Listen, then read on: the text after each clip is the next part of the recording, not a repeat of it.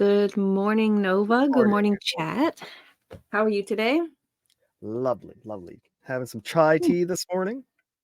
Nice. I'm having some Sunny D, orange, strawberry Sunny D, and some Sunny coffee. D and rum. No. Do No, you no, know no, the no. Sunny D and rum song? Uh-uh. You don't know Sunny D and rum? I don't think so. Oh my God! Just type it in YouTube. We'll start. We'll Okay, start let's it off. get Start it off give me, early. give Sunny me a D moment. and rum, yum yum. Oh yeah, it's gonna get stuck in your head. Uh-oh. Sunny D, it's the second one. Yeah, Sunny D and rum, and it should be a really fat, obese woman with like 3 teeth. Indeed. Wait, did you show me this already? I went to the bathroom. I think you showed my chat this. Yes, maybe I forced the chat to watch it. I believe it. That's her.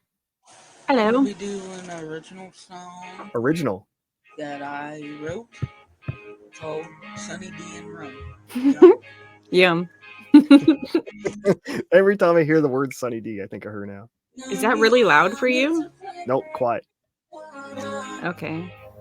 Oh, Sunny D and Rum, yum, yum. It's so good, I can't get enough.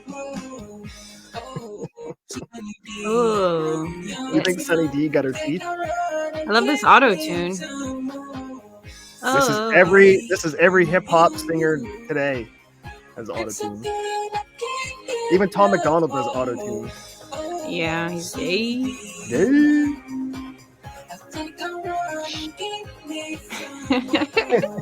Her dog hates her. Look at that dog. I hate this song.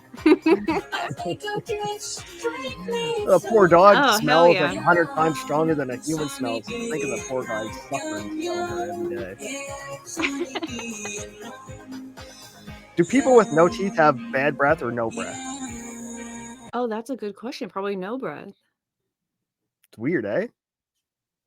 I don't think Because your plaque is what is your bad breath, isn't it? Mm-hmm. And if you don't have teeth for plaque to grow on, yeah. Oh. That's weird. So no, I don't have any rum, but it does sound yum yum. And I would like to get some. Hey, that could be your drink for a Param show. Yes, good idea. I'll have Sunny D and wait, Sunny rum. D and I'm not a rum. big Every fan tea of break rum. you can play your song. Sunny D and rum. Yeah, I'm gonna lose subs. Gonna It's kind of get what. me some. No, that'll definitely gain the subs. Just put it in the title, Sunny D and rum. Yeah, that's a great idea. Like, how many views did that have? Like 1 million, 5 million? Like, it's crazy. 8 million, but it's 13 years old. Yeah, and that's Is not this even her? her. Is it not even her channel? No, it's probably someone else's channel. So think how many more. There's probably like 100 million people collectively have seen this video. Dang, 5,000 people are watching Mindset right now. Yeah, I didn't watch this, whatever this Tamagotchi something trial is. I don't know. Oh, speaking of Tamagotchis, I had I thought was a brilliant idea when I was high the other night. I think YouTubers are basically human Tamagotchis. You remember those little things we had as like kids? Yeah. Because all you do is you go in and you feed it a few likes, and then you exercise it a little bit. So you chat and talk to it and chat, and you keep it alive, and you like. That's how you keep your YouTubers alive. So they're basically fucking human Tamagotchis with data. That's interesting. If you stop clicking them, they die, right? If you stop giving them input, they'll die. Unfortunately, they don't die once you stop giving them input. Some of these motherfuckers just dropping like grow flies. extra head. 2 or 3 YouTubers are dead in the last like dead, week. like actual dead or just gone? No, like dead, like, and they had like 100, 200,000 subs. What? How'd they die? I'm not sure. Type in YouTuber or There's die. too many YouTubers. Some of them have to die. Right? Yeah, they were like in the India or something. There were a bunch of them though. Like it made Drama Alert News that all these YouTubers were just dropping dead. It better be more than 2 if I do some research. At least two. It's a minimum of 2. Like it wouldn't if it was less than 2. I don't think Drama Alert would have covered it. Maybe, but we didn't talk about Susan Wojcicki's or whatever her name is, her son getting the dead. That overdosed. Was it an overdose? Is that what they've said? Well, apparently the grandmother came out because I'm sure that she's got to be 90 because Susan's like 60, isn't she? She doesn't look that old. She only 19-year-old son. I mean, I guess. Anyway, grandma came out before the fucking toxicology report and said that was an overdose. So How old is I Susan? think Susan's like 57. Good guess, but I would say 51 at the most. Or Jicky. Oh shit, Is that she's what she is? 55. She's what? 55. Oh, I won. It's closest without going over. I just Oh, made that up. goddamn Carney rules here. 55. Damn, that sucks. Yeah, I make them up as you get closer to the price. Right. No, you got to get 3 balls in, not 2. Like, what? When I started, it was 1. Oh man, that sucks for her. Okay. Yeah, Vicky heard that too. What happened to Susan Wojcicki? Her son died. He was in a dorm room as a college student. He died 2 days ago. They haven't released anything, but it sounds like the grandma knows things. From She's an calling it an overdose, OD. apparently. Quote unquote. But I overdose. would think that they would, like the paramedics said that they hadn't, like they weren't releasing the cause of death or they didn't know one. How did So I grandma? thought you would think that that would rule out. But maybe grandma has been in contact with his friends and they were like, all we did was smoke the reefer, drink water. I don't know if it was someone in your chat that said that there was like, no, it was me in memes chat, that a lot of these rich people that are dying from overdoses, they're calling them heroes and all these other weird things, like making them martyrs. Like, I don't know what's going on. I also don't think rich people that are that rich are buying like tainted street drugs. They usually get the good drugs. Tainted? I don't think they're like, give me the shit that's not tainted or tainted. There's no. Like I think when you're supplying the really rich kids, like the Ivy League schools, you're not going to worse. You want to fuck with them more? Fuck them. No, those are your big money clients. That's what, you know. Big money. They're the idiots. They'll smoke fucking herbs, like for real, oregano herbs and shit. Yeah, but then when they start dying, it brings too much Retards. heat on them, so they don't mind killing crackheads. Oh, and that's stuff. true. But do they really think that far ahead? We're talking about drug dealers. Yeah, that's what the CIA did with the black community. They gave the crack to all the ghetto people. That's why all these rappers like Tupac, Biggie, they were all CIA fucking puppets. Wait, that's what you said, right? I don't know if it was someone in your chat. No, wait, it was me in memes chat. That's what you said, right? Yes, that's what I said. That's what I thought you said. And then I thought maybe I didn't hear him right. Maybe he just said it's memes chat. That's a funny thing to say. Okay. Hey, Hands, you're here. Hey, we good won't morning. you guys speak quietly so our boss doesn't hear us. Oh, sorry. Act like you're doing work stuff. Just clink on the keyboard every once in a while. Look busy. On it. Okay, so last week, this is where we left off. It said, this is why a week before Christmas, General Mike Flynn, Sidney Powell, and I decided it was time to take a chance. By hook or by crook, we were going to Jedi mind trick our way into the White House, maneuver our way to the Oval Office, and get the president's attention ourselves with no invitation from him. And that was the intro to Chapter 6, Crashing the White House, the time period of 2020 election, December 18th through the 22nd, right before Christmas. Oh, how come there's no Christmas lights on that motherfucker? They didn't use that photograph. But Trump had Trump's Christmas was really pretty inside. That was all Ivanka. She did the whole, that was her fucking. The girl, the daughter? Yes. Good for her. Because like I think they tried to call her racist because didn't she do like a white Christmas theme? So like, oh, see, white supremacy. Fucking win. Oh my God.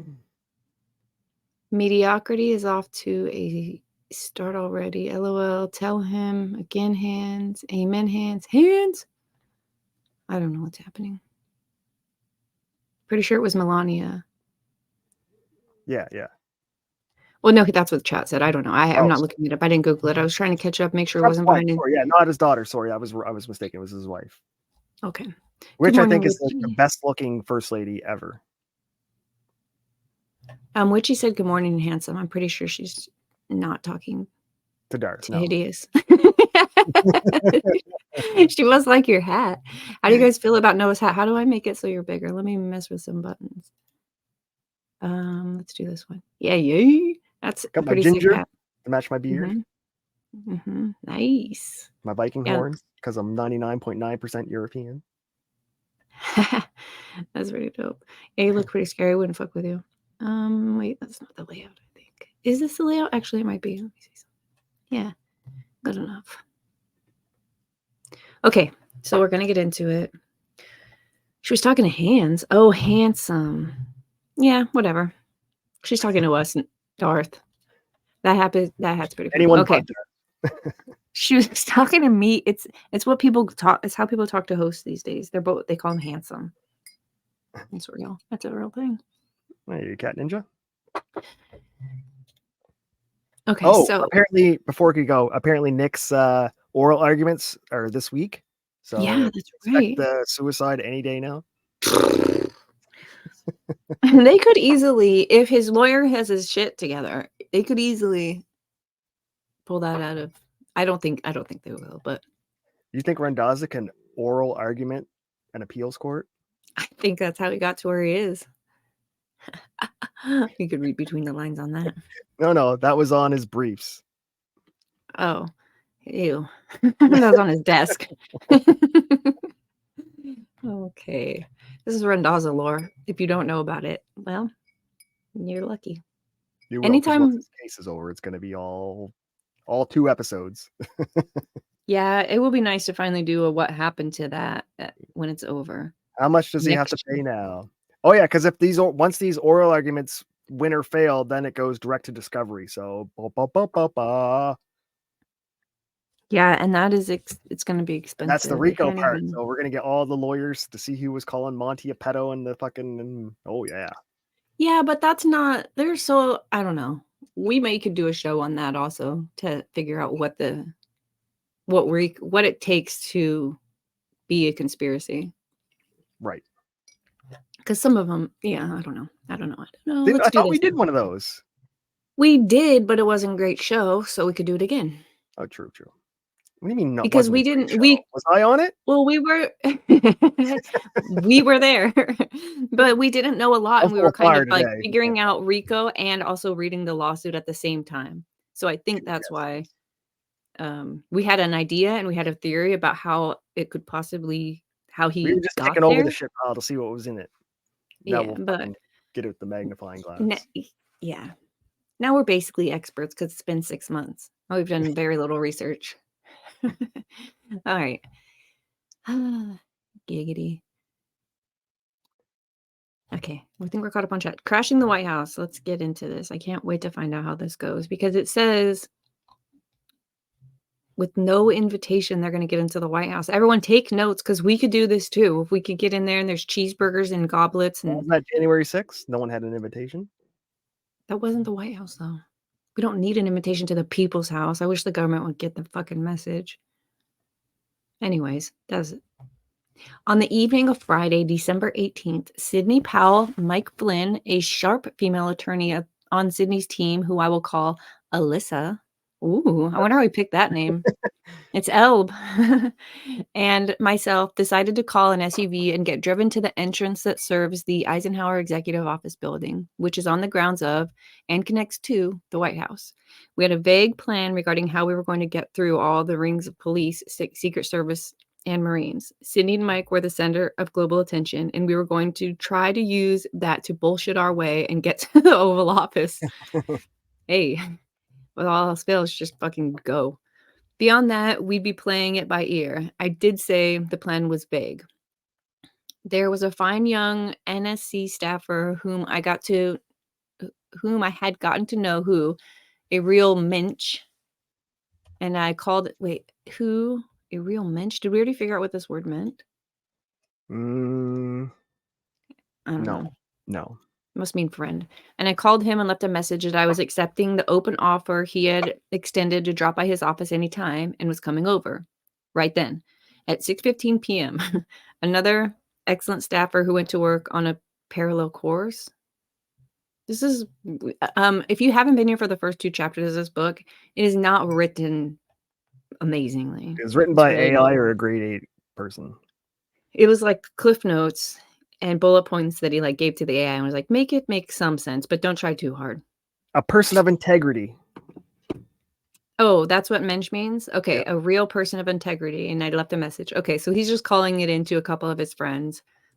He's an excellent staffer they know each other, but they went on different courses through their careers. Not knowing if they would play ball, we may have been less than clear about our intentions. So he's just, fishing for any way in.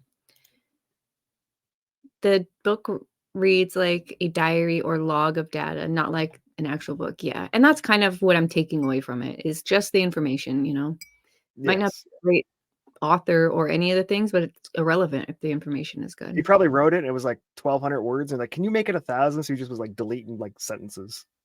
Mm-hmm. We were dropped off a block from the security gate and walked through the light snow falling in the darkness. We got to the first security booth, and when the police and Secret Service saw it was General Flynn, the People's General, don't fucking call him that. I'm against anything called the People's stuff The or America's anything. They stiffened to attention. PPP. Are you against PPP? What's PPP? You don't know who PPP is? The People's Populist Pundit? Andy Worski and PPP, the guy that dresses up like Sonichu and body paints himself. Oh, I'm not against him, but because I feel like it makes fun of this. So yeah, he can do that because it's stupid. Even General Flynn, like, don't do this. I don't know who's calling you that, but make him stop. You're a fucking general, 3 stars. Make him salute you and shut the fuck up. That's their job. Right. I didn't have a lot of marijuana this morning, just for the record. I'm just in a regular mood, so I don't mean to talk shit. Did you have butter? I didn't. I had a marijuana, and then I had coffee and juice. So I'm not trying to be in a bad mood, and I'm not in a bad mood, but I'll might be a little more like rigid. You better be and in a fluid. good mood today. Oh, wait, why? Why am I wearing this hat today? I don't get. I mean, it does make you smile, so that's good. Okay. So General Flynn walks up and they notice. It says, my staffer buddy came out from inside, and when he saw Flynn and Sydney, he froze and looked at me with raised eyebrows. I gestured that we were all together, and he looked shocked for a moment, then strode over to the guard, flashed his ID, and asked him to let us all in. With muted relief, the guards quickly said, take care, General, and we were through the first layer. For the second layer, it's weird that they're saying this. I feel like they shouldn't tell us how easy it is about to get to the Oval Office. Oh man, it's easy to get anywhere. You just walk in like you own the place and no one stops you. I guess if you have Flynn with you. Take care, General. The second layer, my staffer buddy and one of his fine colleagues joined us as we walked into the inner ring entrance and spoke for us. Again, when they saw Mike, the guards, again, all stiffened to attention, then briskly and professionally processed us all through quickly. They were silent and asked no questions. I was the last one through, and as they handed my ID back to me, one leaned in and said quietly and intimately, thank you, Mr. Byrne.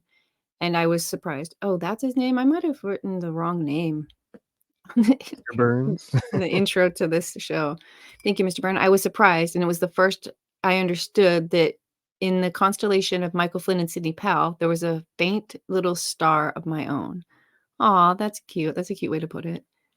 In the constellation of Flynn and Powell, there was a faint star called Mr. Byrne. Aw. Okay, so maybe he can write, and he just got stuck in all this stupid data. It was hard to make it sound good. We were ushered into an office to use as base camp. If I recall correctly, we were in base camp for about 30 minutes before making a move for the office of another staffer, another young and principled person with an office closer to the Oval Office, Camp 2.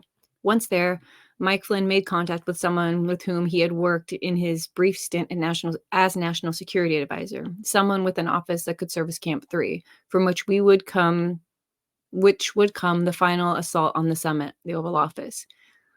Hey, yes, it's Mike. How have you been? Oh my gosh, so great to hear your voice too. Yeah, it was unbelievable. Where am I? Oh, actually, I'm in the White House. Yeah, just came by to see me? Sure. Well, how about I just swing by? Sure. See you in a moment. It's weird how things work. Maybe he left the cocaine there. It was Flynn's cocaine. Oh my God. It was in office. It was in Camp 3. We launched for Camp 3, and sure enough, when we got there, as Mike Flynn stood talking to his former colleague, Sydney and I had a 20-foot line of sight into the empty Oval Office. Dude. After a few minutes, through a private door on the far side, Donald Trump walked into the Oval Office. He was dressed in a creased blue suit and tie, still at 7:30 p.m. He glanced out the doorway to where Sidney Powell and I were already walking toward him, greeting him like he was expecting us. President Trump's eyes knitted in puzzlement, but he recognized us, and after just the briefest hesitation, he beckoned us in. Within seconds, General Flynn, Sidney Powell, and I were all sitting in the Oval Office with President Donald J. Trump with the door shut behind us. So that really happened. So that happened. Really. That's fucking dope. Yeah, man, you can do anything. They're like, imagine you're like, dude, there's the Oval Office. And you're like, no way. There's the president. Oh shit, we're going in. Oh my God, we're in. However many hours ago, you were like, we got to figure it out. And now you're just sitting there with them. Yeah, some guy walked into the Canadian Prime Minister when Trudeau first got elected, just walked in his house and was like walking around with a plastic spoon. That's weird. Still He not didn't banding your steal hey, nothing. good He to didn't see try to you. hurt. He just had a plastic spoon in his pocket or something. He was just walking around his house like, hey, I'm here. That's odd. Still not banned here said off topic, but I just started reading Shakespeare Was a Woman and other whatever that says. It's really interesting about the real ID and speculation of Willie Shakes. Yeah, I actually have heard about that. Not the woman thing, but I've heard that Shakespeare is not who he That says was he all is. from that silly movie in the late 90s. The fuck was that called? I'm sorry, say it again. I can't even remember it now. There was a movie about they tried to say that Shakespeare was like a poor dude who gave or it was a rich guy who wasn't allowed to write poetry, so he gave it to some poor nobody named Shakespeare. I thought it was like some play guy who stole someone else's work and put his name on it, and he was too stupid to ever have done anything. And what was the other guy's name? Johnson. No, it was like I don't know. This way off. No, it was. I don't know if I'm gonna be able to remember right now, but it's definitely another show. But it is good to see you. So what really happened? They just got into the White House. I can't believe it. The president sat across the Resolute desk and made small chat with Mike, asked him how he'd been. It had been almost 4 years since they had seen each other when Flynn had left the White House weeks into Trump's first term. He asked after Sydney as well. I gave and received no more than a nod, letting Mike and Sydney take the lead. As I have noted publicly, the first thing I noticed about him was how measured, gracious, and even soft-spoken Trump seemed to be, so unlike the character that has beamed at us for years through the media. Eventually, he glanced at me again, raised an eyebrow, and gave a small chuckle. Apparently, he knew about me, as I thought may be the case. He said something quietly, civil and kind. I said, "Thank you, Mr. President." He cocked his head quizzically and said something softly about knowing that I had not voted for him and had said a number of critical things on him. I let him know the truth, that I had said some harsh things before the 2016 election, but while he was president, my estimation of him had grown, and that in any case, none of it was relevant. That I was there because I was confident the election had been rigged, I told him. We think there is a much shorter route through all this than your team is pursuing. I closed, adding, but sir, entrepreneur to entrepreneur, I feel I must mention something. As you may know, I have been swimming around the outside of your administration for a couple months now, and I must tell you, I do not think you are being well served by many people in the White House. I can bring in young staffers who will tell you that some of your senior leadership don't want you to win. They want you to concede. Interesting. The president raised his eyebrows at my frankness. Then, like a man who knew the answer, he quietly asked, why?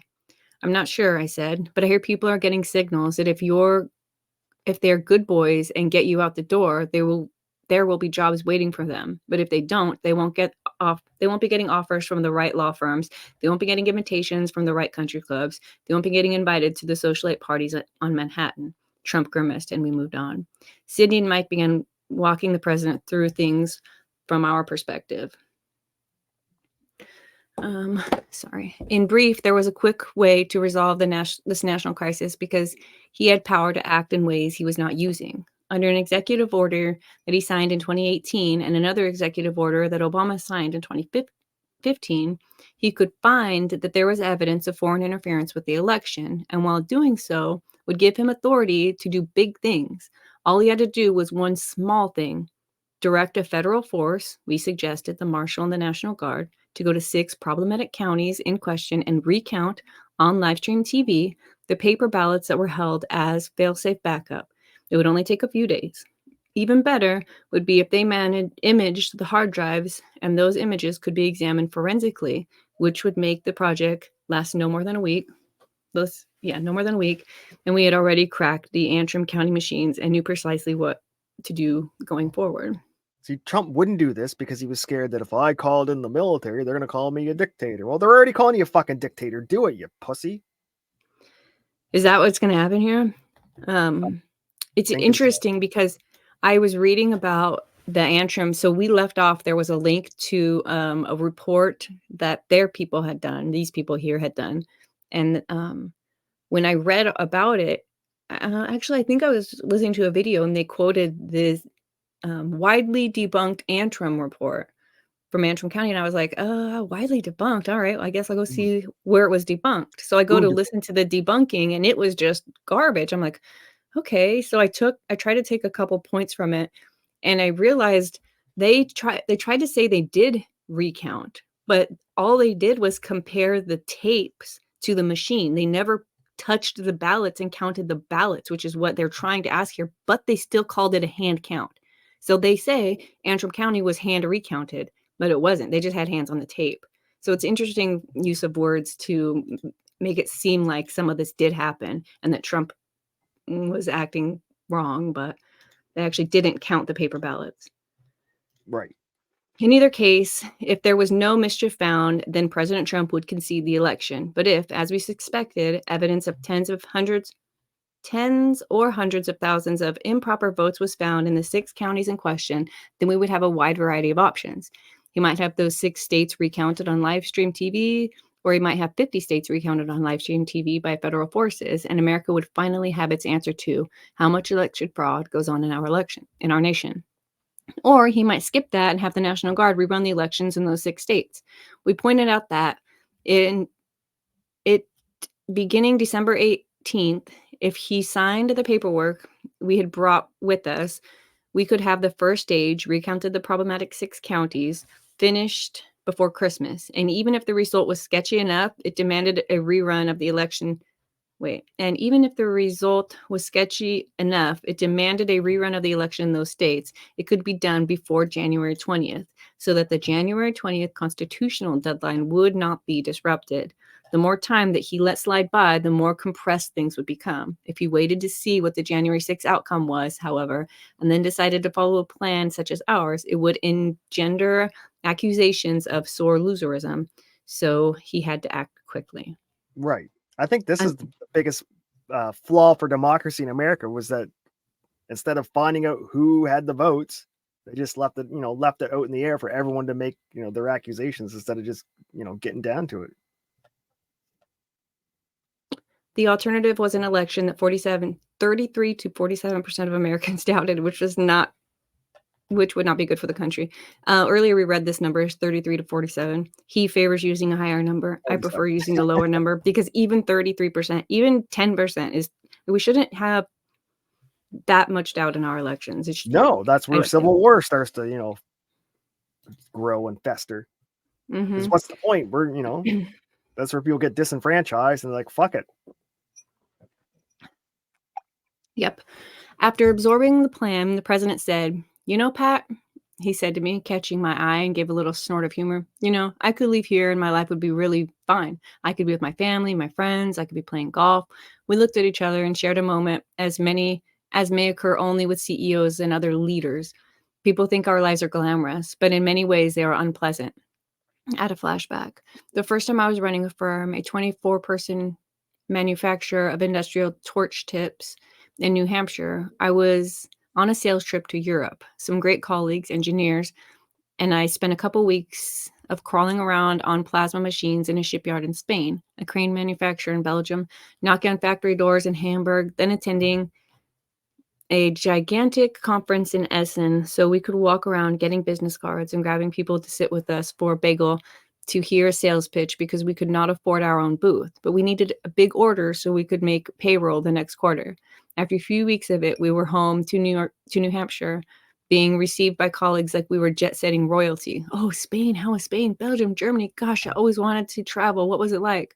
That's when I realized that people do not understand how the CEO life is not nearly as fun as people think. Dreaming of taking it easy, of being able to take a walk without worrying about in my case, at the time, dozens, in Trump's case, hundreds of millions of people depending on you. Well, it's true. Like, everyone's like, oh, you're rich, you're fine. It's like, well, I just have different problems, bigger problems, more expensive problems. Like the scale has just changed, but I would rather problems take the don't stay. problems of a rich man than the problems of a poor man. Said somebody who's probably never been rich. A rich man with problems never goes to bed hungry. I don't think hunger is your biggest problem all the time. Like, You've never been poor. okay, that's fair. I understood why Trump was chuckling, and I nodded and chuckled along with him. I got just what he was hinting. He was thinking that from a personal 74-year-old standpoint, leaving the White House and going to Florida and golfing had real appeal. So Pat, on January 20, I could walk to Marine One and climb aboard and go have a really good life. He continued, talking softly to me directly. But this, knowing I was cheated, that they rigged this election, how can I just walk away from that? Other than that, of that first 30 minutes we had alone time with the president, most of the conversation was among the president, Mike, and Sydney. So I had a lot of time to study President Trump, and I was surprised on many fronts. When he questioned Sydney's legal reasoning that he had the power to do such a thing, she pulled out the executive order he had signed in 2018 and described one from Obama in 2015. Trump took the executive order and scanned it quickly, then began asking pertinent questions from it. The same with the finding that he would need to sign. He asked questions of both Sydney regarding legalities and Mike regarding substance, who discussed with him the kinds of information regarding foreign interference covered in the last chapter. Throughout, what I saw was a sharp executive mind taking in information quickly and calculating decision trees. It takes a lot to impress me, but what I saw was a sharp mind in action. It surprised me how I had seen no mention of it in 4 years. Finally, Trump stopped and scanned the three of us and simply asked, so what are you saying? Thinking of the difference between the highly organized, disciplined approach I had experienced with Flynn and Sydney versus the college sophomore bull session approach of the campaign in Rudy world, I spoke up again. Mr. President, I think you should appoint... Yeah, I think you should appoint Sidney Powell, your special counsel on these election matters, and make General Flynn your field marshal over the whole effort. If you do, you'll win. I know Rudy's your lawyer and friend, and he can have a great role in this. Rudy should be personally advising you, and we don't want to do anything to embarrass him. But Sidney needs to take point legally on this, and if you want to be sure, make General Flynn here field manager. If you do, your chances are around 50 to 75%. You should see how well Mike has this planned. It would run like clockwork. The president shook me off again. No. It's not. It's got to be Rudy. You son of a bitch. Yeah, Wally World. Do you know how Mike Pence even got in Trump's wheelhouse of even being selected? Like that confused the hell out of me. Like, I don't know, but it was Pence and what's that fat all dude the with the people bridge? Well, what's a anyone? fucking... No, not anyone. He also had What, he can't pick anyone? he had a list, and all of the people on the list, it's like, well, I guess I'm glad you went with Pence. But how do you get on the list? Like, doesn't Trump just get to pick anyone he wants willy-nilly? I don't know willy-nilly. I'm sure there are certain qualifications, or there's probably like an age qualification at least. But yeah, because he wasn't liked by anyone on the right or the left. Pence, I think he was a very neutral guy. Really? Yeah, neutral, but he wasn't liked. So why? Yeah, but the other people on this, what's that fucking guy who just ran for president? He was fat. He shut the bridge down. Christie. He was on the VP list. When with Pence, there was another guy. And it's like, ugh. And I don't know. I don't know how he came up with the list, if that's what you're asking. I'm curious how he settled on Pence, because he was basically the reason Trump didn't get 2 terms, because he just sat on his ass and did nothing. When didn't he have the ability to like do the whole recount thing? Well, so we remember when we talked about in which case was it? We talked about the case with the documents, and I think it was I guess Georgia. makes a little sense there. still fucking retarded. I think it was Georgia, but the night before it goes down, Pence changes his mind and he's like, I'm not gonna mess with Yeah. it. The only charge they're able to bring is it on the 14th. Remember the 14th Amendment, Section 3? It was the messing with the document was the only like time you have the crime. So I feel like they went to Pence and were like, this is what we're gonna charge him with for the insurrection, you know, if you mess with the documents, basically you're in trouble too. And I think that's why he didn't do it. So because that's why God, I can't He remember had anymore. no personality. He had nothing. He had no. I don't know. He did He that was one. a politician, a conservative politician that had a decent voting record that he thought would be a nice neutral nothing. I don't think it was a bad choice. Trump's Plus, all about like personality and charisma, and he wants, he'd rather have flashy lights than literally something. not. I think maybe he was going for an air of political Yeah, that professionalism. was his mistake, trying to act like a professional when he's clearly not. I have no idea. Either way, he likes Rudy and he's gonna stick with him. Which was another fuck up mistake. He was milquetoast, middle of the road, trad cuck, the perfect nothing. Yeah, that's what I was trying to say. Well, I have good news. Bonnie is about to get disqualified. Do you think so? I think so. I really do think she will. Don't fluff me up with nothing to. Okay. After some time, maybe 20 or 30 minutes, 3 lawyers appeared together. They did not introduce themselves and huddled in the back of the Oval Office listening. In addition, Mark Meadows and someone else joined us by speakerphone. Eventually, the lawyers in the back began muttering things to make their displeasure and disagreement evident. Finally, President Trump said something indicating this was new to him, wondering why no one had shown him this route through the impasse. I said again, sir, again, CEO to CEO, you are not being served well by those around you in the White House. I've gotten to know staffers in your White House, and they tell me they are being told that leadership here is telling them to get you to concede. Trump started to say something to Mike and Sidney, but he stopped himself and turned back towards me. Who? He asked angrily. Who wants me to concede? I was taken aback by his anger, as I thought it was common knowledge. I thought it was understood that half the White House was in on the program of getting him to concede, for that was the estimate I was repeatedly told. Sir, I'm surprised you're surprised. In your White House, leaders are telling junior staff this everywhere. I'm told this fellow Pat Cipollone, indicating the lawyers behind me as I spoke, not knowing which was them, has been telling people since November 4th, just help us get the president to concede. And for the last couple of weeks, Mark Meadows has been telling staff, help get the president into transition mode. Trump turned to White House General Counsel Pat somebody who began sputtering. Mr. President, you know how hard I work. You know how many hours I've been putting in, both of which were mealy-mouthed and neither of which was a direct denial, as was obvious to everyone in the room. Trump faced him, his face darkening in anger. Sir, I continued, in 30 minutes, I can have a number of staffers from within your White House here to tell you that these are quotes from Pat, whatever, and Mark Meadows. This guy is lying to you through his teeth. They want you to lose. Trump turned, knowing I was correct. He indicated one of the other lawyers. One of the other lawyers said, did you know that this is his last day? He has a job starting Monday at a law firm up the street, getting paid 10 times what I pay him here. He continued wistfully to me, Pat, can you imagine what I could have gotten done here if I had not been fighting this for 4 years? Wait, I'm a little confused. Trump turned, knowing I was correct. He indicated one of the other lawyers. So he's talking to another lawyer. Did you know that this is his last day? He's a job up this starting Monday, law firm up the street, 10 times what I pay him. Pat, can you imagine what I could have gotten done here if I had not been fighting this for 4 years? Oh, he's talking about the lawyers in his office. Oh, how fucking livid would you be? The lawyer dude and the other 2 lawyers scurried out the back door of the Oval Office.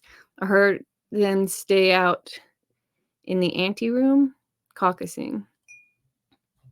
Meanwhile, the president, Sidney, Mike, Alyssa, and myself continued for a while walking through more of the details, reviewing some of what we had said earlier. At some point, Alyssa, the quiet but razor-sharp female lawyer assisting Sidney, took over for a few points and concisely explained aspects of the executive order, always clarifying with great precision whatever needed to be clarified.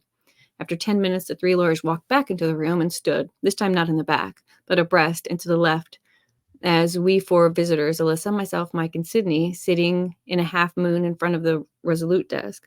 Mike continued taking operational questions that arose, while Sydney and Alyssa handled legal questions that arose.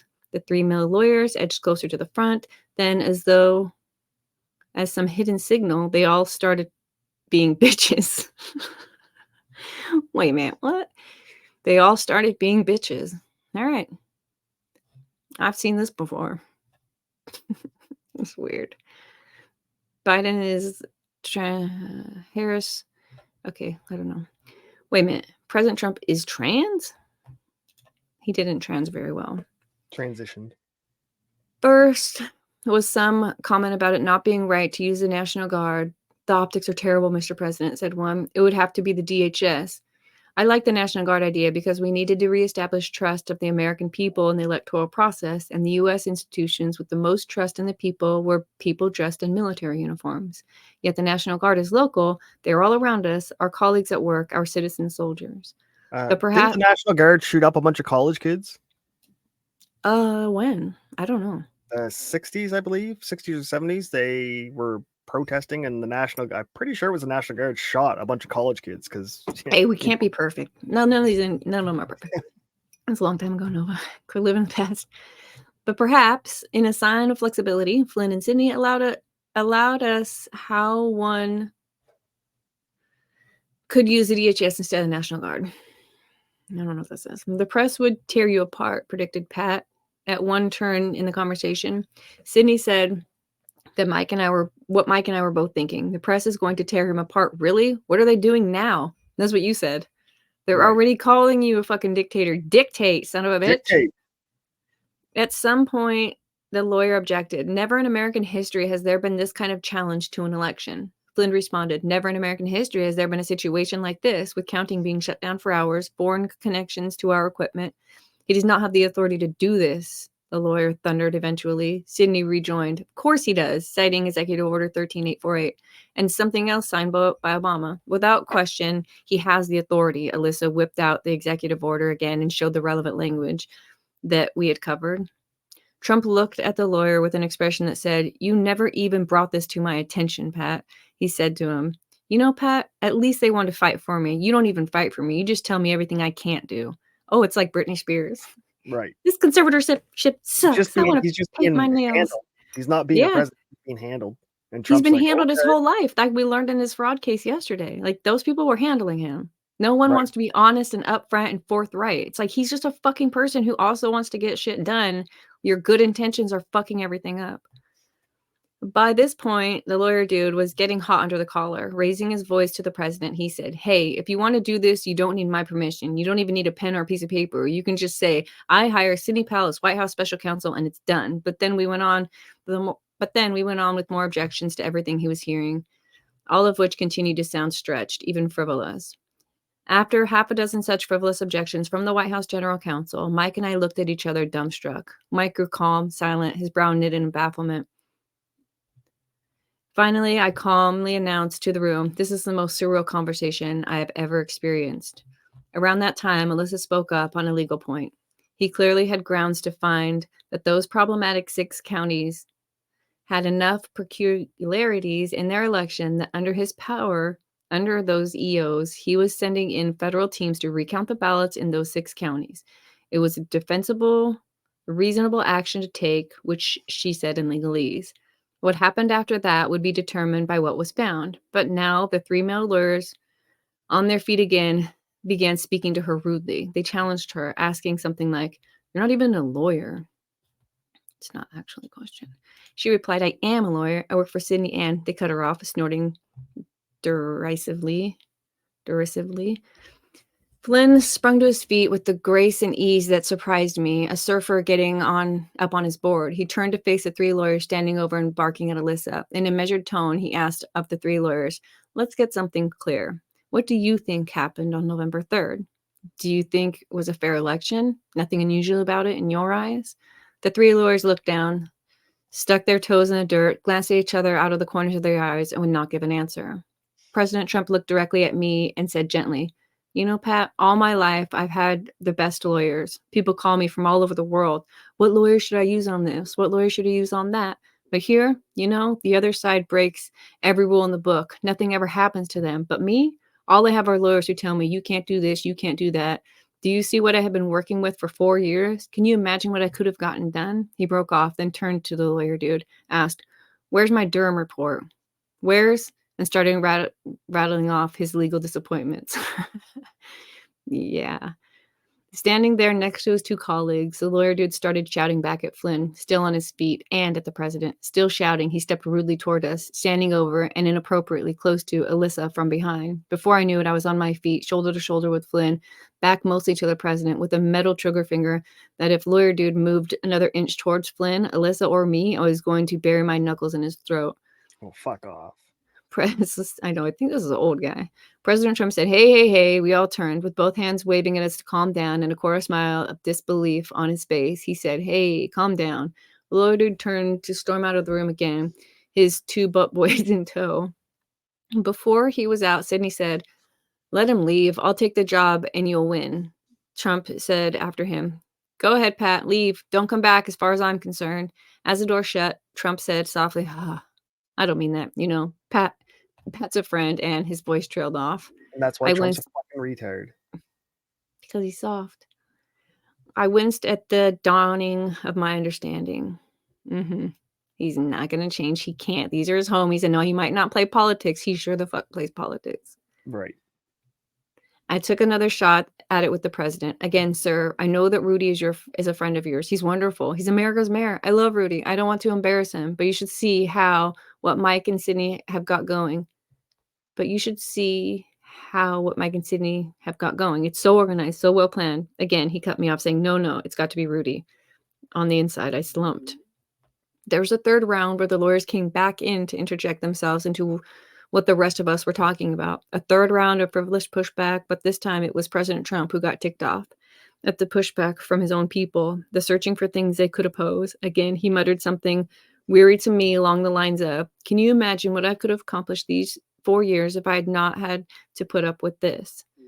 Finally, when Trump asked why such and such a course of action Sidney was proposing had not been explored by lawyer dude, the lawyer responded, well, we're not the campaign lawyers.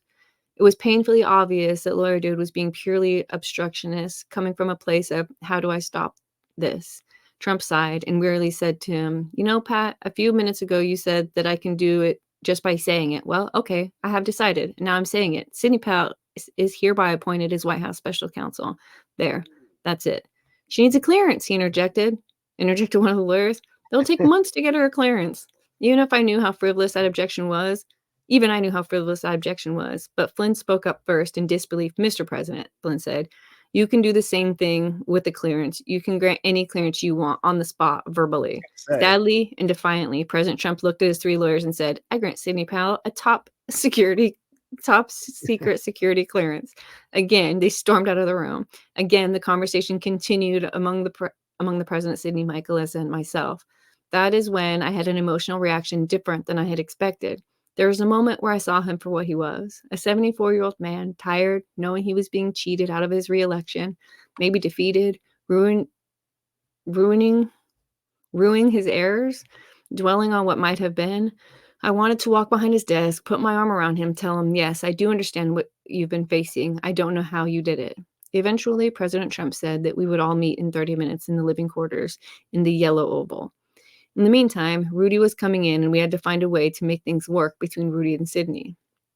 As we parted, he said, you know, in 200 years, there probably has not been a meeting in this room like what just happened. As he was leaving, he brushed past me, stopped, and speaking low and quiet, said something quite kind and meaningful, showing me that he knew a lot more about me than I had guessed. I love this behind the scenes shit. It's embarrassing for Trump.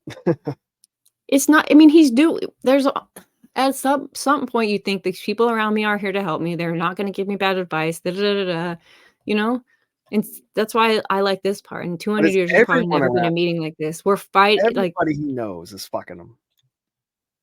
So he's bad at picking people. Yeah, people are tricky. A few minutes later, Sydney, Mike, Alyssa, and I were in the cabinet room waiting for Rudy. It was dark, and we had to find a couple lights to turn on. Mike and I were intent on making sure the meeting went well between Sydney and Rudy so everyone could work happily together. After 10 minutes, Rudy came in, tying his tie, and said, in not too gruff a manner, but with perhaps the gruffness of a man disturbed from his evening meal, "You know, Sydney, if we are going to work together, you have to share information." I did not take his tone as being too aggressive, but one of trying to turn over a new leaf in a relationship, perhaps. Sydney told him, "I do share information, Rudy. You don't read emails. You don't read texts." "It's not true, Sydney. I just need you to stop keeping me in the dark." "Rudy, I don't keep you in the dark. Sydney, you have to stop keeping everything to yourself. I cannot work with you if you don't share with me." Within moments, the conversation had spiraled out of control. After a minute of squabbling, I tried to interject something helpful. "Mr. Mayor, it is true that since I arrived, everything we brought Sydney, she always said, 'Get this to Rudy right away.' It's true. Absolutely everything we turned up, she told us to share with you. She never asked us to keep you in the dark about anything." But it went poorly. Fuming, we all went up to the living quarters of the White House. It all went in the President, junk. the Spam. president was there waiting, and after we walked in, the three lawyers joined again. Meadows entered as well. A waiter brought out a bowl of a small bottle cap-sized Swedish meatball with share plates. Trump mentioned for them to be placed at the small table so that everyone could indulge, but the table was in front of me, for which I was grateful. I actually keep vegetarian from time to time, especially when I travel. But how often does one sit with the president serving meatballs from his grandmother's recipe? And they were good. For the rest of the meeting, there were only two people eating meatballs. Myself scarfing them down like popcorn. Fucking vegetarians, am I right? Vegetarians. Any reason they could get to just eat that meat. Virtue signal out the fucking door. The president's I here. had to eat this meat. I would have died. The president was here. They The animal forced didn't me have to. feelings today. You'll probably sue Trump now for making him eat meat. Yeah, You didn't give me that any cow other haunts option. him. And occasionally the president who would get up, walk over to me, and refill a small share plate. Nobody else had any.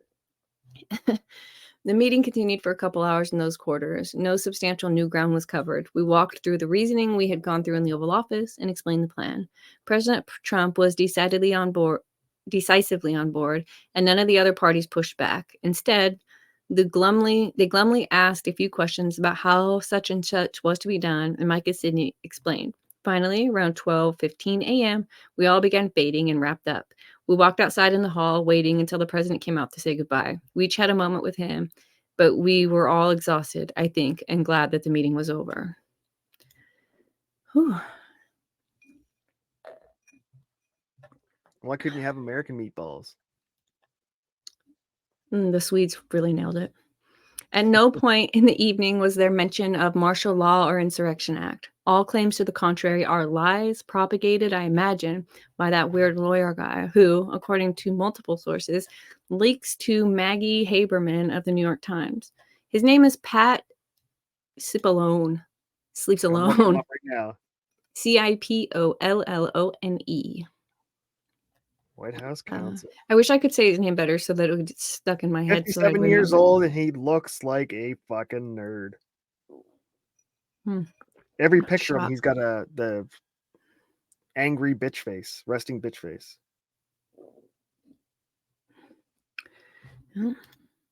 Barbecue meatballs are greater than Swedish meatballs. I mean, that's barbecue meatballs. I don't know. Listen. Sweet and sour meatballs. My stomach just went. Okay. Cipollone? That's how you say that? Sounds right. Cipollone. Sounds like a monster. Okay, minutes after Alyssa, Mike, Sydney, and I were walking on the side. Minutes later, they were walking on the sidewalk in front of the White House. Light snow still falling in the dark. Meadows and Rudy left together and walked away together to the west. The four of us strode east, elated, with Sydney ensconced as a White House special counsel, and Mike providing organizational skills and his vast expertise of matters DC. We were in good standing, and at the moment, we all felt the chance of success high. As we walked home in the snow, we confided in each other. You know, for me, this is not really about Trump, but we cannot let a rigged election stand. If we do, it could mean civil war or a Chinese takeover of our country. All we need to do is Follow this plan, exposing what happened in those 6 counties by checking the ballots. If there's nothing amiss, then Trump gets in his helicopter and leaves, and there's no civil war. But if we find chicanery, it will give an opportunity to blow this it will give an opportunity to blow this scheme up for the whole nation. Who knows how much fraud there's going to turn out to be in the US election? I think a lot. What do you think? Around and around we went, excited for our success in the meeting. After a few blocks, our forgotten SUV found us in the flurries, and we drove. They found them, and he drove us back. Yeah, and he drove us back the rest of the way to the hotel. I had my first good night's sleep in weeks. The next day, Saturday, Sydney called Meadows and said, "Well, now that I'm White House special counsel, I'm going to need an office over there." Meadows told her, "Yeah, we're looking into that. We don't have anything immediately, but we're going too soon. Then I will need a White House ID so I can come and go." Yeah, well, we were working on that too. There might be a problem with that. We'll see what it's going to take. We all had a terrible sinking feeling that by Monday or Tuesday, learning that Sydney's White House special counsel position was not happening. The plan we had discussed extensively in the White House, the one that got an answer before Christmas, and depending upon the evidence, either permitted a peaceful transition of power or justified federal involvement in what would be the bottom of the mischief, that plan had been called off. What the hell happened? Did I miss a whole chapter? She needs an ID.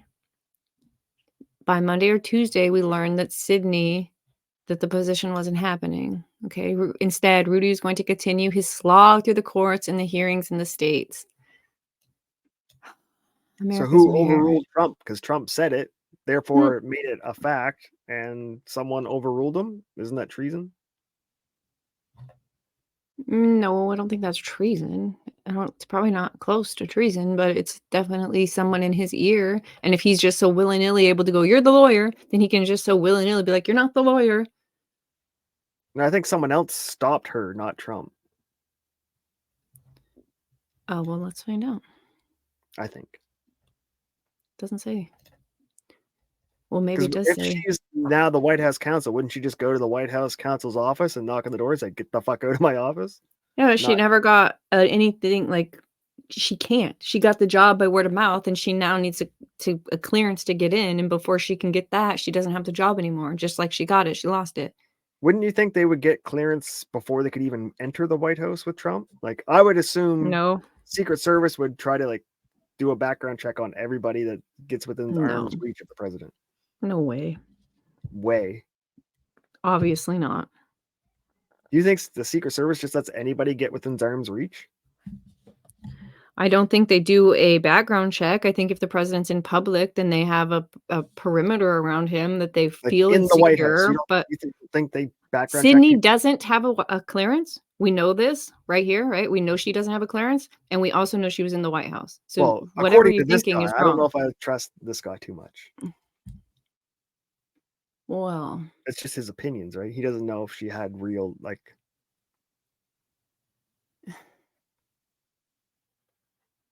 I think everyone that walks in the White House and gets in the Oval Office has a Secret Service background check first. I think. I don't. Well, we know Sydney was in there and she doesn't have one. But I guess, kind of far into the book, did not believe what dude is saying.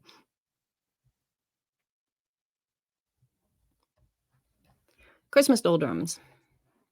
I kind of have to pee. I think I could do it. I'll keep going. December 23rd to January 6th. This is going to take us from Christmas to the insurrection. Opportunities missed and taken. Flynn and Sydney left D.C. to their own worlds for Christmas, but I was staying around in D.C. Before Mike left, we had a conversation. I used this opportunity to share a bit about Mike Flynn. I knew from people who had worked in the field that Flynn had done to make himself an enemy of the swamp. When he arrived in Iraq, materials gained in raids were being bundled up in bags, shipped back to Virginia to be exploited and analyzed, and a month or two later, useful information would be sent back to the troops on the front lines. Flynn sees the world like an entrepreneur and set about to redesign the process so that exploitation and analysis was done on base in Iraq, and the loop condensed into 18 hours. That way, the next night, when people went out raiding, they already had the benefit of insight gained from the previous night's work. Eventually, the loop was so tightened that a raid early in the evening in one location was generating materials that were studied through the night and informing raids that were being conducted at dawn. People I knew and trusted were telling me that Flynn had his admirers, but he had detractors as well, primarily those comfortable with the approach, disgruntled at the way he was shaking things up and bringing modern items into the intelligence community's comfortable way of doing things. As his career progressed, Flynn's divisiveness and the establishment became legendary. But in my experience, men and women I knew who seemed like bright, chipper, mission-oriented federal employees spoke well of Flynn, and the mediocrities were the ones who seemed to hate him. But being with Mike Flynn all those weeks, I learned things about him that were new to me. For example, Mike, 61, was a lifelong Democrat. In an Irish Catholic south of Boston, north of Providence, Jack Kennedy kind of way, not in a modern lefty, let's shred the Constitution kind of way. He's a deep reader of the Constitution and is one of the few people I know, besides myself, who in conversation cites the Federalist Papers by number. I hate that he said that. When discussing America's modern wars, he sounded almost Chomskyan, telling me that the wars in Afghanistan and Iraq should have ended 15 years ago. But so many hundreds of billions and eventually trillions of dollars got flowing to the firms that supported the wars, and those firms had grown so fat and hired so many lobbyists that they fought in D.C. to keep the wars going so that the spigot would stay turned on. We joked that the war was just another D.C. self-licking ice cream cone. And that's facts. Yeah, everyone knew that. In other words, capture, as happens from time to time, I meet one from a different background. Capture. As happens from time to time, I meet one from a different background who has come to recognize the issue that underlies so many of our problems as a nation. That problem is that powerful elites have captured the decision-making cycles of our government and turned it toward their private ends. The fact that from our different backgrounds and different lifetimes of experience, we had arrived at the same fundamental analysis of what is going wrong with our country told me that I knew my new trail buddy was the right guy. In other words, capture. Okay. Again, before he left for Christmas, we had a number of conversations of form. General, what the fuck are we doing here? I was to be alone in DC over Christmas, but the day before Christmas, I got a call from someone in Trump orbit. The caller told me that I should get down to Florida, to somewhere near Mar-a-Lago, and it was being arranged that I would have another short meeting with Trump, maybe as little as 10 minutes, because I was by then thoroughly convinced he was not listening to sound people and was missing the big picture. I seized the invitation and went from DC to Florida to a hotel just a few miles away from Mar-a-Lago. I checked in and awaited contact. Soon I received a call from a reasonably well-known person who is publicly associated with Trump, although I do not know how tight they actually are. With him on the call was a colleague of his, and they were telling me to get over to Mar-a-Lago and ask for Eileen, name changed to protect the innocent. I asked for her last name and was told, just get there and ask for Eileen. I asked for Eileen's position or even what area she worked in. I was told, just get to Mar-a-Lago as soon as you can and ask for Eileen. I replied that I really do not like working that way, that I wanted to know more before I went. Again, the reply was adamantly, get over to Mar-a-Lago, go to the gate and ask for Eileen. It has all been arranged. With trepidation, I got dressed in my best yoga clothes, my others having been sent out for a rare cleaning, to set out for Mar-a-Lago. I called an Uber, and the ride was a tinny, beat-up Toyota Corolla of some years' vintage. When I arrived at the gates of Mar-a-Lago, I sent the Corolla on its way. When I approached the Secret Service detail and told them that I was there to see Eileen, the federal agents all looked at each other and shrugged. Eileen who? They asked. I don't know, I told them. I was just told to ask for Eileen. They again looked at each other with raised eyes. Okay, but Eileen who? I replied. I'm to have some kind of short meeting with the president, and I was called and told to get here and ask for Eileen. Again, they said, well, who is Eileen? And again, I told them that I did not know. The conversation spiraled downhill from there, though no fault of the Secret Service agents. I perhaps did not help the situation when I, noticing that one of the female agents had a light Chinese accent, in an attempt to calm the situation and establish some rapport, began rapping with her in Mandarin. We spoke for a few minutes, but it did not calm the other agents. Around that time, I began to think it would be best to disengage and get away, and tried to work things out by telephone, but the agents did not seem to like that idea. Eventually, the supervising agent came over. He was one of those fellows whom one meets and knows immediately he's not a guy with whom to screw with in any way. Still proper, but with a fair bit of aggression, he said, "Back up, start again. We want to know your story. Who are you and what are you doing here?" Not knowing where to start, I began this way. 20 years ago, I started a company called Overstock.com. My name is, he interrupted with a snort. Yeah, right, you're Patrick Byrne. Suddenly I got it. The tiny Corolla, my clothes, the Chinese. I showed my license, and this time it all clicked.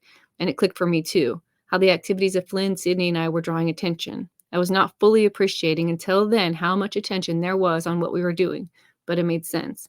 In any case, the agents were cordial, nodded to me, and several said thanks for what we were doing, and they permitted me to walk off the property, cross a bridge, and get another Uber. Like, you can go now. Eileen's gone. I hung around an additional few days, waited for things to be cleared up. They never were. But over those days, I was on the periphery of the Mar-a-Lago crowd and the Republican poobah families that were down together for the holidays, occupying most of the surrounding hotels. Swimming as I was on the periphery of Republican Party bigwigs and its movers and shakers, I got a sense for the gestalt of it all. There were some terrific young people, intellectuals who could have deep conversations about ideas as well as events. There was a young woman of my age or older, a retired executive from a Fortune 50 company who was exceedingly strong, capable, and intelligent. Then, as far as I could tell, most of the rest were rich riffraff, no doubt. Shiny car riffraff, loud and obnoxious riffraff, self-centered riffraff, dilettantes, and posers. Is this a fancy way to say poser? I'm not rich enough to say poser this way. Poseur. Grifters of one variety or another. With plastic, fantastic wives and husbands and doily children whining publicly about whatever subject or thing they felt deprived. For the most part, not my crowd. What I did not see were believers, people who had vision or plan. The day before New Year's Eve, I got a call from our man in Georgia. We already knew that in Fulton County, in which Atlanta is seated, there was a county election operation running out of what's called the English Street Warehouse. An Antifa-looking woman accepted some cash to infiltrate the warehouse, take photos, and seize blank ballots from different stacks. The woman who took these photos snagged the blank ballots from different piles. What the fuck is an Antifa-looking woman? I don't even know how to picture her. A nose ring, rainbow-colored hair, overweight, Okay. smelly. Okay, well, she accepted some cash to infiltrate the warehouse. Make the Constitution the law of the land again, and that's surrender monkey language. Mediocrity would be able to pronounce it correctly. Okay, our man in Georgia, and I knew these ballots could be tested forensically. Okay, so these are pictures of the ballots that the Antifa-looking person infiltrated. Okay.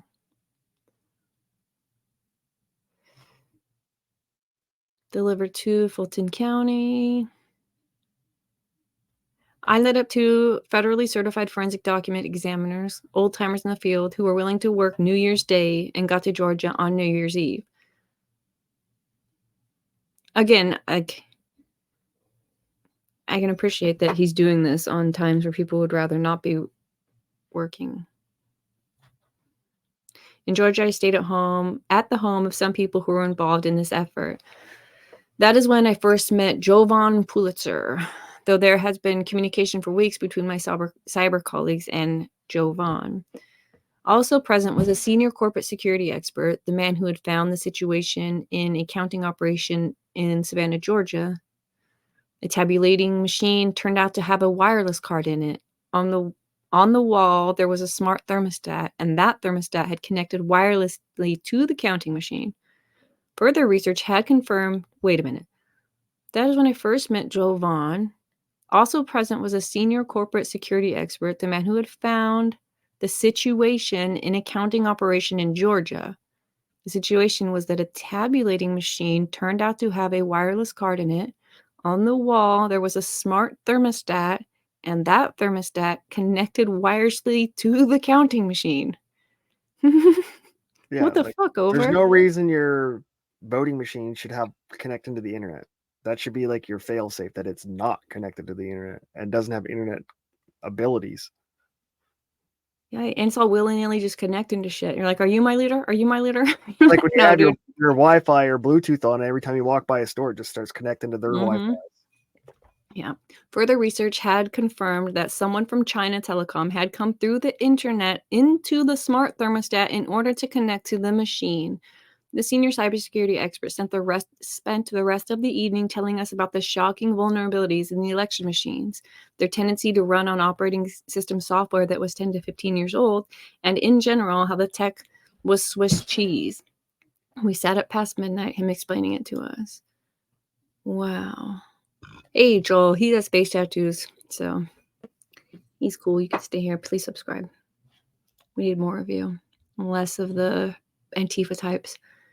At 3 a.m. on New Year's Day, I received a text from General Flynn. He was still up working as well. He sent me photos that were then flashing around social media. Down in Mar-a-Lago, Rudy and others from the entourage had rung in the new year with a bang. Circulating through social media were photos of Rudy, Don Jr., and Kimberly Guilfoyle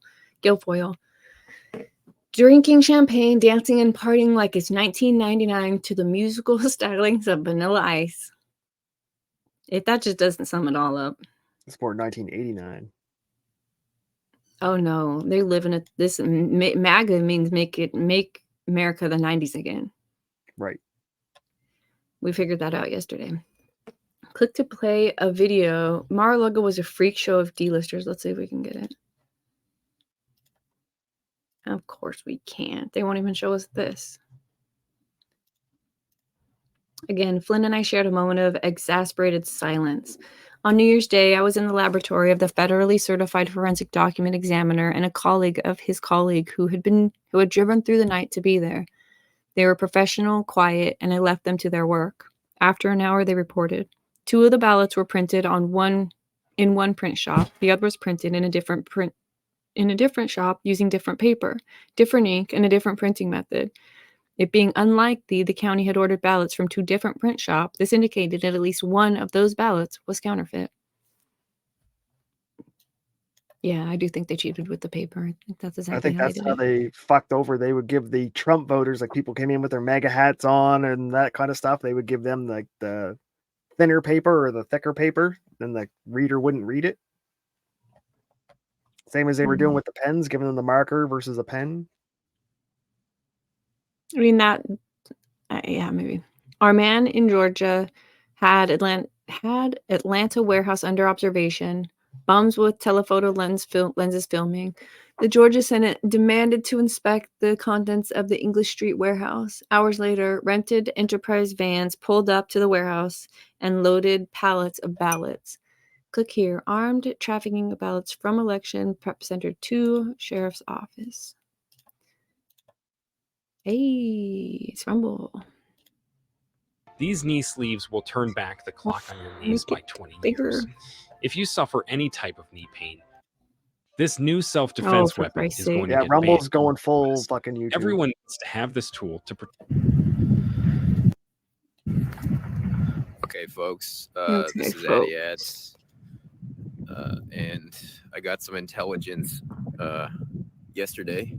I'm in Atlanta right now about something kind of significant that happened on Sunday, and I'm walking up to the government election building. I believe you, dude. See, there they are, Enterprise rental trucks, and they were taking the ballots from here to this guy's taping me.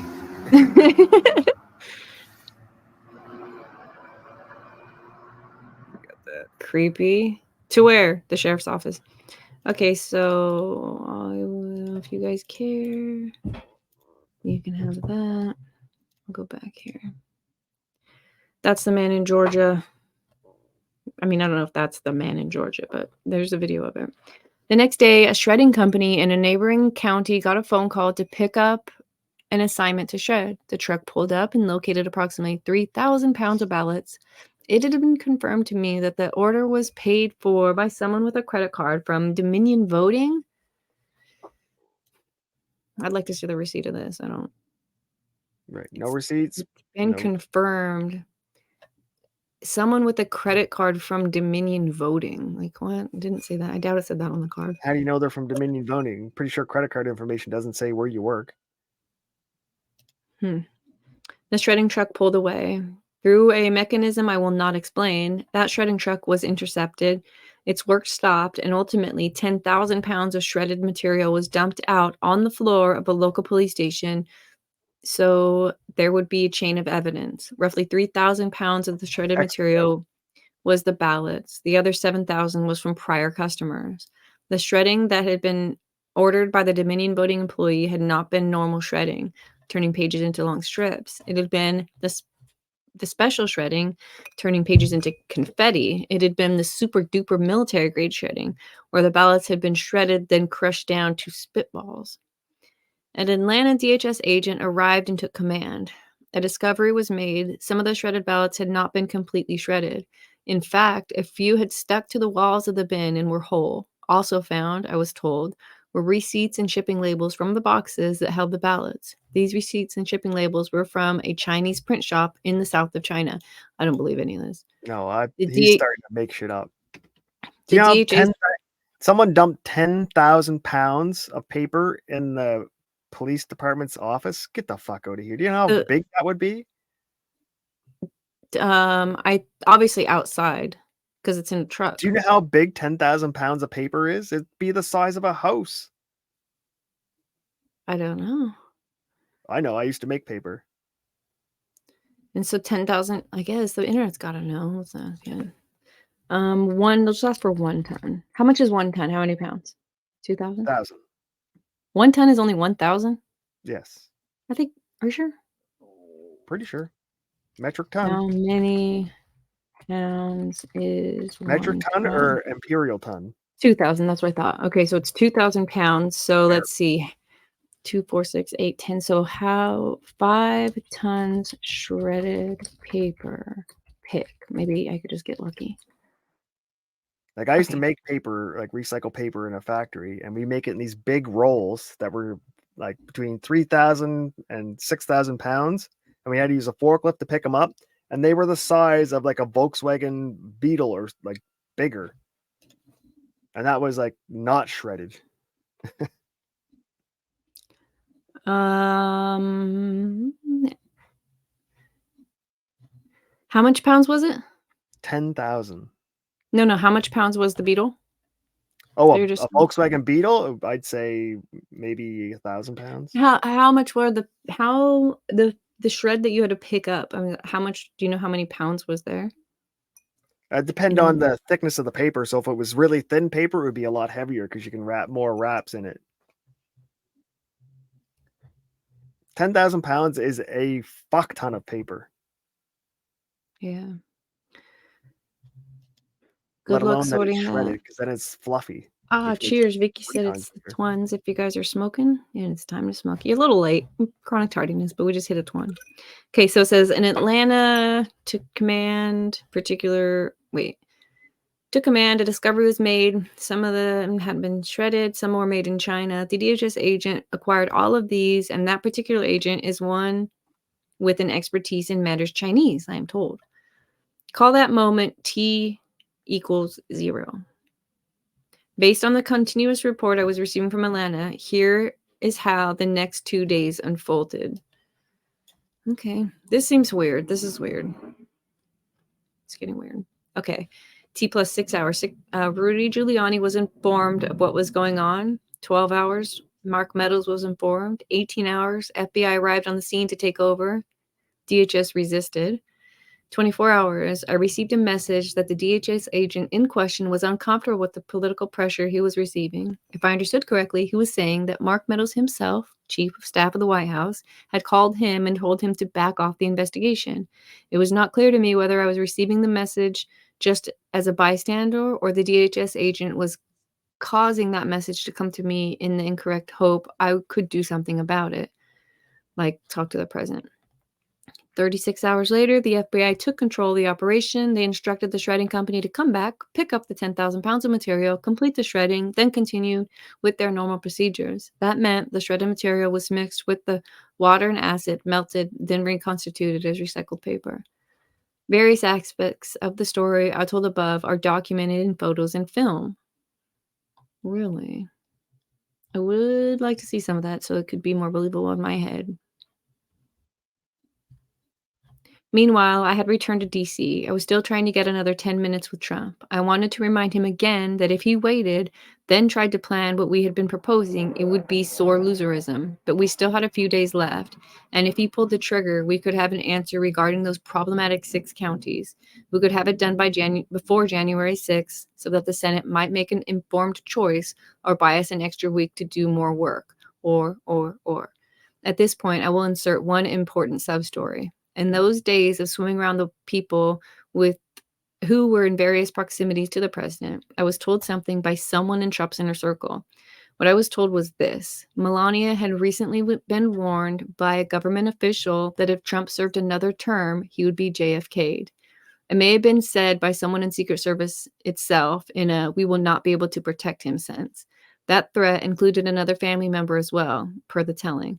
I find it hard to believe that someone in the Secret Service itself would say that, but the source of the information to me had been otherwise blemishless, and the claim was that whoever, perhaps Secret Service, perhaps someone else, had said this to Melania, it was someone from whom such a claim would be taken seriously. Melania was begging Donald not to fight and simply to concede and leave Washington with his family. Fuck off. She never. No way. In the days before the Georgia runoff election on January 5th, Mark Elias won a filing against purging a couple 100,000 names from voter polls before the runoff. The judge who ruled in his favor on the left is the sister of Stacey Abrams. This is part of the The fortification. deep state. It's always black women because they're the easiest to manipulate and control. It's definitely seeming that way. Right? Think of everyone right now that's in like Right now, yeah. it's all the weird. black women are like, hey, we'll make you famous. We'll make you famous.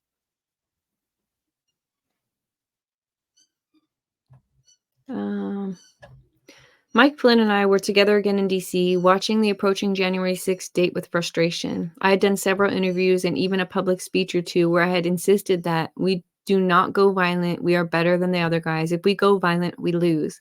I thought it too obvious to dwell on, but I said it in numerous public addresses and interviews. On the morning of January 5th, a meeting was had by myself and a few of our scientists and dolphin speakers and a variety of senators and delegates of senators, a delegate of VP Mike Pence, and delegates of other interested parties. The scientists laid out the case simply and clearly. They answered questions for a couple hours, and after those couple hours, it was clear no one doubted what we were telling them, that a sophisticated operation had rigged the presidential election. The delegate from VP Pence went directly back from our meeting to brief the VP, I was told. Later, I was to learn from White House insiders that after receiving that briefing from us, the delegate of VP Pence went back and gave a briefing to Pence. He just said that. I am told that Pence heard the briefing, agreed with its implications, and decided on a course of action. When he stood before the Senate on the next day, January 6th, he was going to call for a 7-day suspension so that the individual state legislatures could look into whatever they wanted to look into, then revote their electoral votes. Or perhaps something even call for investigations. At 3:30 p.m. on January 5th, I was told at the time and days later, Pence was solidly there. No receipts, just got told by a friend of a Right. friend's friend. I had been invited to speak on the morning of January 6th on the South Lawn by the Women for Trump who had organized the rally. I prepared a talk to hit 2 points: how our system of consent of the governed relies on elections that are fair, free, and transparent, which our November election was not. And secondly, we do not use violence. I was torn between 2 ways of making the point about nonviolence. Telling a Jerry Garcia and the Grateful Dead story regarding nonviolence, which I had written up on Deep Capture as Jerry Garcia on confrontation and the media are the main asshole. Or 2, tell a story I told about Moldova, I had been there a few years earlier, and a barman had told me of the 2009 election. Election fraud had caused a pro-Putin man to be elected, but the people knew of the fraud and had risen up in protest. Putin had sent hundreds of men to drift into the capital of Chisinau, and they had a mission. Every time there was a protest, these Putin guys had infiltrated it with the goal of turning it violent, getting them not just to protest in front of government buildings, but to charge them, break windows, and occupy them.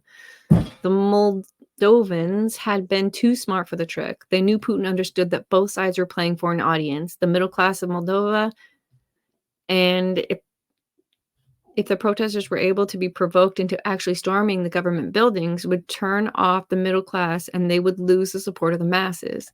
The Moldovans had stayed disciplined, refused to let themselves be led astray like that, and eventually the government had succumbed. A new fair election was held, and the Putin crony lost. I wrote the story up as well. A message to militias across America regarding the goon left and agents provocateurs. These are both on deepcapture.com, which is Patrick Byrne, the author's website. I was not sure which story I would use on the White House lawn. On the 5th, I decided that the crowd might not know who Jerry Garcia was, so I decided to write that story up online and tweet it out a couple times to the throngs who were arriving in D.C. and rehearse a concise explanation of the Moldova story to use on the morning of January 6th when I spoke. Mike Flynn was going to be speaking too, we were informed, and Mike and I spoke about what we were going to say, what the crowd needed to hear. We recognized it as a unique historical opportunity. We would have perhaps 30 minutes to explain to the world the irregularities that had disrupted the election and most likely had changed its outcome. We prepared to meet the challenge. We understood that some of the people with whom we had been working, the cyber ninjas and scientists and such, were also preparing concise explanations, but the choice of who among them was going to speak was being handled by the organizers. Mike and I thought that the morning of January 6th was going to run like this. There would be some speeches on the south lawn of the White House. We would give a talk as the People's General, setting the moment in its historical context. I would talk about the fundamental significance of elections that were free, fair, and transparent, and then tell my Moldova story. Then we would switch to 2 to 3 of these cyber ninjas and scientists who would each talk for 5 to 10 minutes, explaining the irregularities that should trouble the conscience of citizens. I knew from experience that any one of them could speak for 5 to 10 minutes and cause any thinking person to begin to have grave doubts about the 2020 election. But I figured that with 3 of them speaking, 80% of the viewers around the world would understand why election 2020 results had been seriously discounted.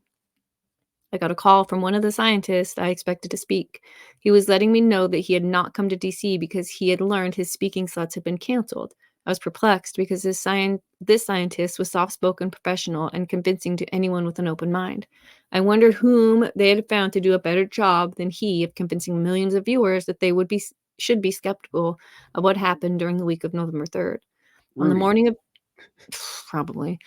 the morning of January of the 6th, Mike Flynn, myself, and some of the cyber ninjas met to discuss the previous day's election runoff in Georgia. Again, voters had gone to bed thinking 2 candidates were well ahead, and then a massive and unnatural vote injection occurred. The F. Yeah. Big middle up. Nothing to look into there at all. Yeah. Nothing unusual. Nothing strange. And everyone woke up to 2 swings of nearly identical size that flipped the race to their opponents.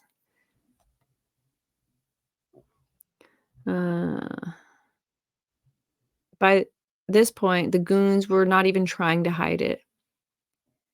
They're laughing at us, Flynn said correctly. They're doing it openly to say, we have all the instruments of power, the courts, the press, the establishment. We're just going to do this in front of your face. They know we know. They know we are watching, and they do it openly because the damn system is so corrupt. They think that there's nothing we can do.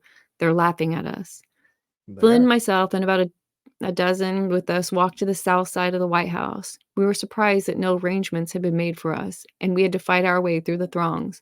We were given speaker's badges, seated in a special section up front, then learned that our speaking slots had been canceled. We were perplexed, wondering whom they could get that would possibly explain the situation as well as we could. Meanwhile, at the White House, I later learned from proverbial White House insiders that on Tuesday afternoon, January 5th at 3:30 p.m., Pence had indeed been there. He had been ready to stand up in front of the Senate on January 6th and call for a 7-day recess to let the states consider all of the information that had come in and could be generated about the election irregularities, then recommit their electoral votes. And we stayed there all the way until Tuesday at 6:30 p.m. He stayed there. At that point, the chief of staff of VP, a gentleman named Mark Short, had talked Pence out of it. Well, there's the guy, Mark Short. Mark Short is a legislative affairs swamp creature. Whatever he whispered in Pence's ear, it was enough to get Pence to flip-flop back to the position that his position in the Senate was only ministerial, almost ritualistic. He informed President Trump on the morning of the 6th that he was not going to do anything heroic, and there had been quite a clash within the White House that ranged from the Oval Office to the living quarters, but had ended with Pence unmoved. His job was to open the envelopes and to read the electoral votes. Pence knows if he fucks with this, then he has messed with the document. He will be the only one that could really get charged with, what was it? The 14th Amendment, Section 3 or whatever it was. Tampering with the document. That's the only part of, was it even insurrection? I don't even remember. Not at that point, I don't think. This was all going on a few hundred yards away, but I did not know it at the time, of course. The show finally started, and soon Flynn and I sunk into our seats in despair. One Trump child saying happy birthday to someone. Rudy spoke about Joe Frazier voting. Another lawyer spoke. Don Jr. strode the stage talking about how the Republican brand was now the Trump brand, or the Trump brand was a Republican brand. Flynn and I caught eyes and shared looks of horror. It turned out later we were both asking if the other wanted to leave. It was so bad that one of the organizers had a change of heart and came running over to ask Flynn if he would take the stage. He refused. It went on for what seemed like ages until Trump appeared and spoke, much as he would at any campaign event. In fact, the whole thing was more or less I was robbed pep rally. No real effort was made to explain to the crowd, to the senators who would begin voting in an hour, to the Americans watching at home, to the world that counts on America to be the leader of free, fair, and transparent elections. What went wrong with the election, with the November 2020 election, and why they should believe that the election had deep irregularities demanding investigation. No significant effort at all. Instead, it was a pep rally. That's it. They'd given 10 minutes to 2 different names I'd given them, 2 scientists who know this issue intimately. Instead, it was a pep rally. That's it. If they'd given 10 minutes to 2 different names I'd given them, 2 scientists who know the issue intimately, history would have been different. I think that 20 minutes would have changed the hearts of a significant number of senators about the need to look into matters. A week's worth of hearings, perhaps, before signing off on things. But it was Trump. It was a Trump I was robbed pep rally. I'm pretty sure. Why didn't Flynn take the stage then? And came out, they were like, help us. Tommy. The moment we could make a break from the front, Flynn and I and everyone with us made a dash for the exit. Flynn could barely contain his fury as we shared impressions. This had been the one last chance to explain the situation to the whole world, and instead, Trump had used it as a pep rally. He just does not get it, we repeated to each other as we stormed through the crowd back to the hotel. He does not get that it is not about him. He put on a fucking pep rally. He does not understand that this is not about him. We repeated over and over in despair. In 15 minutes, we were back at the hotel, both packing our bags, both sick to our stomachs, and did not leave to join the throngs moving toward the Capitol. Told you, it's just an episode of The Apprentice. What time is it? We're an hour and a half in. Agitation, chaos, and January 6th. This fucking guy.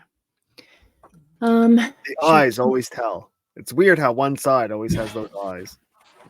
Flynn is 100% correct except for one thing. They don't think there's nothing we can do. They know we won't do nothing. That's true. All right, I'll be right back. I gotta pee. Whoa. What, do you want to put something on for you? Something. What if I pee? Okay. I got something for you. I should have had something geared up. Let me think. What's good? Is there any new music? I don't know. Well, we could actually. I mean, are you good with stopping for today? Do you want to keep going into this? Because we could just take off. It's an hour and a half. It's a decent Yeah, place we to can pound out stop. the last on our next Tuesday. Yeah, I think maybe we should do that. It says, let me see how many pages it says We here. can use Crazy Eyes for a good thumbnail. Yeah, so next Tuesday, what we'll do is we will start here on January 6th, Agitation and Chaos. Or should we? And then we'll just have to, next Tuesday, we just won't have a choice. We'll have to get through it because it has to end by next Tuesday. Yeah. I So imagine the last 4 5 or hours. 6 pages are probably like just the thank yous, and Yeah. I think we can do it. Okay. Alrighty then. Chat, thanks for hanging out with us. Appreciate you guys chilling. Thanks, Nova. Cool hat. Hopefully you wear it more often. And now we know what really went down once they stormed the White House. Absolutely nothing.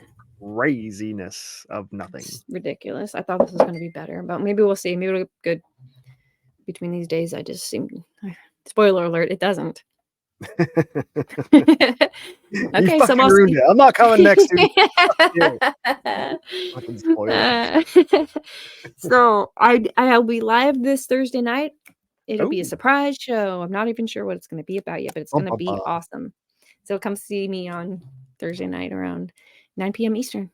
Here you go, chat. Be there, be All right. square. Take care. Adios. Peace.